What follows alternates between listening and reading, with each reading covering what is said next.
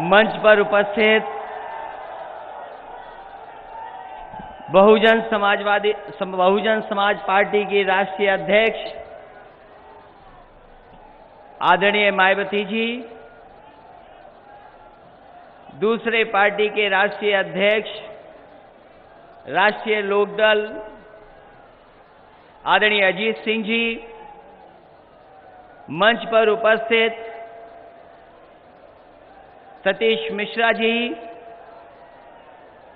और तीनों दलों के सभी वरिष्ठ नेतागण, इस सभा में आए हुए बड़ी संख्या में हमारे सभी किसान भाई, बुजुर्ग, माताएं, बहनें, नौजवान साथी, पत्रकार बंधुओं, मैं सबसे पहले बहुजन समाज पार्टी की राष्ट्रीय अध्यक्ष जी का बहुत बहुत धन्यवाद और स्वागत करना चाहता हूं। मैं उनके लोगों को और दोनों दल के लोगों को बधाई देना चाहता हूं इस ऐतिहासिक जनसभा के लिए। मैं जिन्हें देख पा रहा हूं और दूसरे मंच में बैठे तमाम हमारे नेता और आई हुई जनता से हम निवेदन और अपील करना चाहते हैं, ये चुनाव इतिहास बनाने का चुनाव है और सहारनपुर की जनता और आसपास की जनता से हम विशेष निवेदन करने आए हैं। वैसे तो यहां के क्षेत्र की और आसपास क्षेत्र की बहुत विशेषताएं हैं। आसपास के जिस जिले को देखें बहुत विशेषताएं हैं, लेकिन हम कहना चाहते हैं जहां पर एक तरफ माता शाकुंभ देवी का प्राचीन मंदिर है, वहीं दूसरी तरफ दारुल उलूम भी एक तरफ खड़ा दूसरी तरफ है, जहां एक तरफ लाखों के लाखों की संख्या में श्रद्धालु आते हैं और माता के दर्शन पाकर के आशीर्वाद लेकर के जाते हैं। वहीं दूसरी तरफ दारुल उलूम से पढ़ करके न जाने कितने लोग दुनिया में मोहब्बत का पैगाम फैलाने का काम करते हैं। आज जो ये चुनावी जनसभा हो रही है, ये तब चुनावी जनसभा हो रही है जब सब पार्टी के लोगों के आपने विचार सुन लिए हैं। ऐसे भी नेता लोग आए जो नफरत के अलावा कुछ बोले नहीं होंगे। अगर उनसे पूछो कि पुराने जो वादे किए थे वो अब कहां हैं, जो पिछले चुनाव में बड़े बड़े वादे किए गए थे वो वादे कहां हैं, उन वादों पे वो बात नहीं करना चाहते हैं। पहले हमारे और बीच में आए और चाय वाला बनकर के आ गए। हमने आपने जाने कितने लोगों ने भरोसा कर लिया, वो अच्छे दिन का भरोसा किया, वो 15 लाख का भरोसा किया, वो करोड़ों नौकरी का भरोसा कर लिया और फिर चुनाव आया है तो कहा जा रहा है कि हम चौकीदार बनकर के आए हैं। मैं इस जनता के सामने भरोसा दिलाना चाहता हूं, आदरणीय मायावती जी के सामने मैं कह सकता हूं, अजीत सिंह जी के सामने मैं कह सकता हूं, यही गरीब, किसान, दलित, अल्पसंख्यक, यही पिछड़े इस बार मिलकर के एक एक चौकीदार की चौकी छीनने का काम करेंगे। ये चुनाव भविष्य का चुनाव भी है। देश किस दिशा में जाए, किन फैसलों को लेकर के जाए। लोग कहते गठबंधन, हमारे गठबंधन को कह रहे हैं मिलावट का गठबंधन। जहां जाओ डर करके भाषा बदल गई और ऐसी भाषा बदली न हिंदी में कुछ समझ में आया, और जो उर्दू में समझ में आया वो न जाने क्या चीज थी। लगता शराब बोलने वाले लोग सत्ता के नशे में हैं। वो तमाम अपने सपने भूल गए। ये गठबंधन, ये मिलावट का गठबंधन नहीं है, ये महापरिवर्तन का गठबंधन है और देश में एक नई सरकार देने का गठबंधन है। नई सरकार देने का गठबंधन और नया प्रधानमंत्री बनाने का ये गठबंधन है। ये सब कुछ मिटाना चाहते हैं, हमारे आपके दिलों की दूरी करना चाहते हैं, खाई पैदा करना चाहते हैं। आदरणीय अजीत सिंह जानते, चरण सिंह जी की विरासत को खत्म करना चाहते हैं। यही गठबंधन है जो चौधरी चरण सिंह जी की विरासत को भी बरकरार रखेगा और उस विरासत को आगे बढ़ाने का काम भी यही महागठबंधन करने जा रहा है। ये गठबंधन कभी आदरणीय नेताजी ने, माननीय काशीराम जी ने, आदरणीय मायावती जी ने किया था, और कभी इसी तरह का सपना डॉक्टर भीमराव अंबेडकर जी ने देखा था, डॉक्टर राम मनोहर लोहिया जी ने देखा था। वो जो सपना देखा था, आज कम से कम ये गठबंधन उस सपने को पूरा करने के लिए आगे बढ़ रहा है। हम आप टीवी देखते रह गए और टीवी पर पैर धोए जा रहे थे, और जब हमने मुड़ करके देखा तो हमारे दलित भाई, पिछड़े और अल्पसंख्यक भाइयों की नौकरी धो डाली इन्होंने। न नौकरी न रोजगार। ये पहली सरकार है जो वादा करती है, उस वादा के खिलाफ काम करती है। इन्होंने वादा किया कि अच्छे दिन लाएंगे, बुरे दिन ला दिए हमारे और आपके। इन्होंने कहा कि हम भ्रष्टाचार मिटा देंगे, काला धन आ जाएगा, लेकिन हमारा आपका पूरा का पूरा बैंकों में पैसा जमा करा लिया।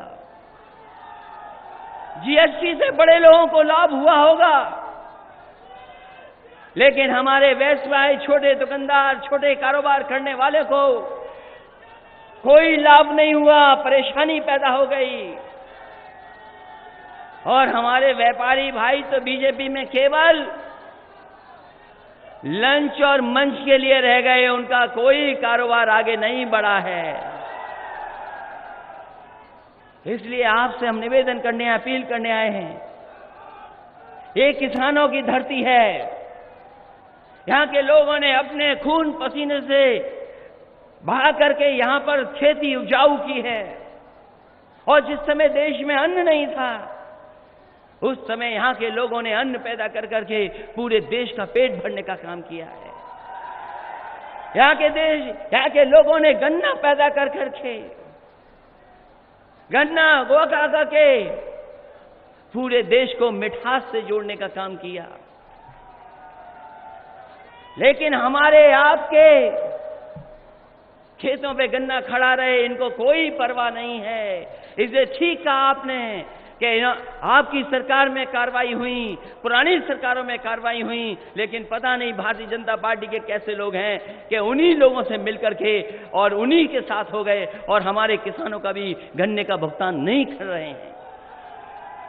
पैसा वहीं का वहीं पड़ा है, किसानों को नहीं बांट रहे हैं। हमारे नौजवान बेरोजगार हो गए, बड़े पैमाने पे नौकरियां नहीं हैं।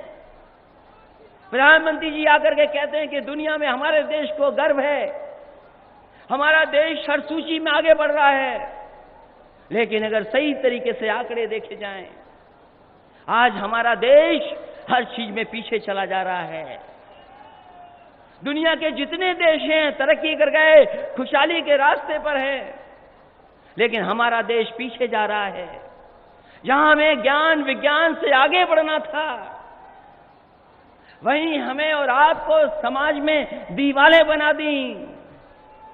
अगर अंग्रेजों ने राज किया था बांट करके, लोगों को बांट करके, दिलों को बांट करके अंग्रेजों ने राज किया था, उससे ज्यादा अगर कोई बांटने का काम कर रहा है हमारे समाज और देश को, तो वो भारतीय जनता पार्टी वाले लोग हैं। और इनका क्या कहना, वैसे तो ये धर्म के ठेकेदार हैं, इनसे पूछो कभी, हमने तो तस्वीरें देखी हैं, कैसे नहाते हैं कुंभ में ये कोई नहीं जानता। और जैसे नहाते हैं, अगर हमारे मुख्यमंत्री जी को देख लोगे तो कभी दोबारा नहीं नहाओगे। और फिर हमारी आपकी बहुत हसरत थी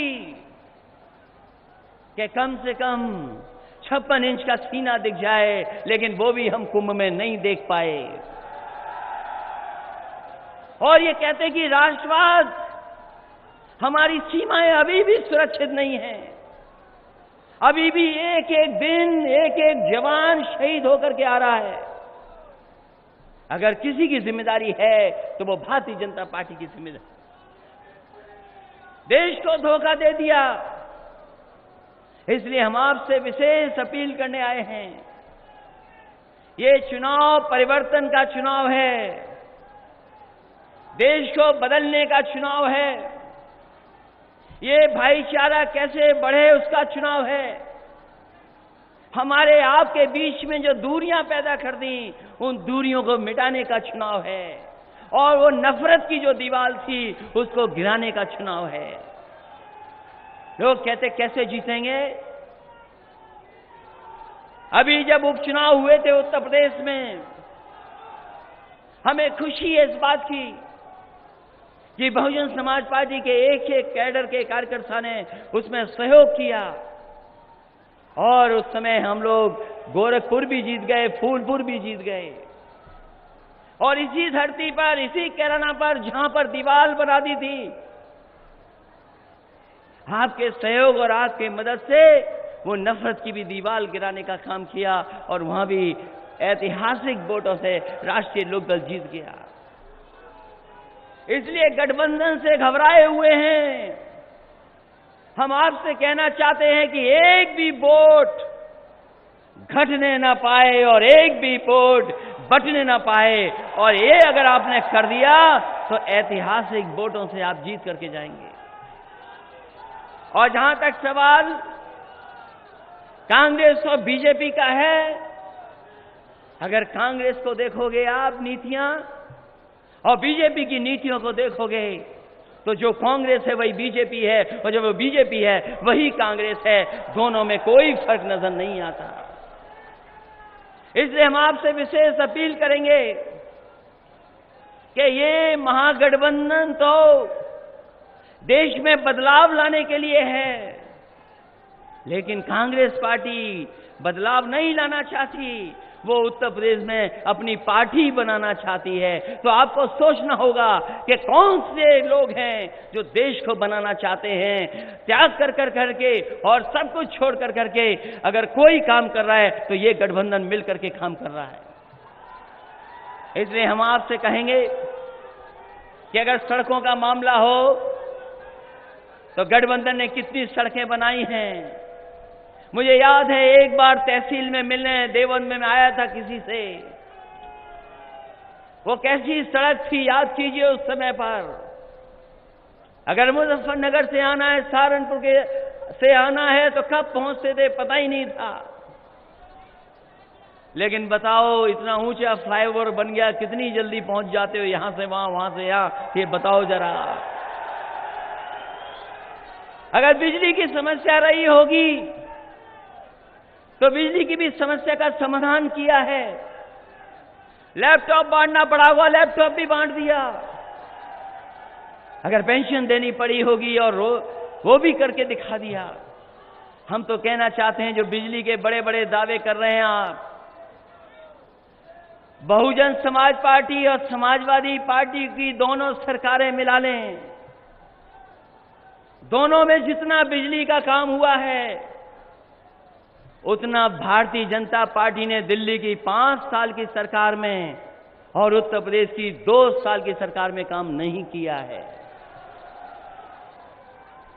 नहीं किया है। और हम तो कहते हैं कि इस गठबंधन ने तो बिजली बनाई है। हमें बताएं कि अगर एक भी मेगावाट उत्तर प्रदेश में भारतीय जनता पार्टी की सरकार में बिजली बनी हो तो बता दें। 1 मेगावाट बिजली नहीं बनी और दावा करते हैं हजारों गांव में बिजली पहुंच गई। इसलिए हम आपसे निवेदन करना चाहते हैं, ये चुनाव महापरिवर्तन का भी है और दिल्ली के करीब अगर पहुंचाएगा तो दिल्ली के करीब रहने वाले लोग हैं, यहीं से शुरुआत अच्छी होनी चाहिए। और आज जब नवरात्र के व्रत हैं, हमने तो संकल्प ले लिया कि मन से कभी बोलेंगे तो झूठ नहीं बोलेंगे। हम निवेदन करना चाहते हैं बीजेपी के लोगों से भी कि अब नवरात्र में कम से कम आप भी संकल्प ले लो कि आप भी आज के बाद से कभी झूठ नहीं बोलोगे। इसलिए आप सबसे अपील करता हुआ कि यहां पर बहुजन समाज पार्टी के बिजनौर के लोकसभा के प्रत्याशी हैं मलूक नागर जी, हम अपने समाजवादी साथियों से कहेंगे कि एक एक वोट इनके पक्ष में डालने का काम करना। फजलुर रहमान साहब हैं सहारनपुर से, तबस्सुम हसनपुरा दोबारा लड़ रही हैं कैराना से, अजीत सिंह जी हैं, आदरणीय अजीत सिंह जी हैं मुजफ्फरनगर से, हमारे नौजवान साथी जयंत चौधरी हैं बागपत से। हम आपसे निवेदन करते हैं ये सब के सब प्रत्याशी जीते, सब के सब प्रत्याशी ऐतिहासिक वोटों से जीते। ये हमारा और आपका वोट मिलकर के सबका सहयोग जब मिल जाएगा तो अपने आप परिवर्तन दिखाई दे जाएगा। इसीलिए हम आपसे चल करके आए और धन्यवाद भी देना चाहते हैं यहाँ की जनता का कि जिस समय न जाने क्या क्या बातें हो रही थी लोकसभा कैराना में, यहां की जनता ने सब कुछ भुला करके इस गठबंधन को जिताने का काम किया था। हम आपके बीच में किसान की खुशहाली चाहते हैं, नौजवान की नौकरी और रोजगार दिलाना चाहते हैं। कैसे महंगाई रुके, कैसे देश आगे बढ़े, कैसे तमाम बीमारियां जो आज हैं कैंसर की, लीवर की, हमारा गरीब कभी इलाज नहीं करा पाता, हमारे दलित भाई पिछड़े नहीं इलाज करा पाते, उनको सस्ता और फ्री इलाज कैसे इंतजाम हो जाए वो इंतजाम करने हैं। इनके जीवन में खुशहाली कैसे आए, इनको सम्मान कैसे मिले और परिवर्तन होकर के देश तरक्की और खुशहाली के रास्ते पे जाए, उसके लिए गठबंधन है। हमें उम्मीद है कि सभी लोग मिलकर के, तीनों दल मिलकर के सभी प्रत्याशियों को जिता करके ऐतिहासिक वोट दे करके उन्हें लोकसभा में पहुंचाएंगे और देश को एक नया प्रधानमंत्री देने का काम करेंगे। बहुत बहुत धन्यवाद और बहुत बहुत आभार प्रकट करता हूं।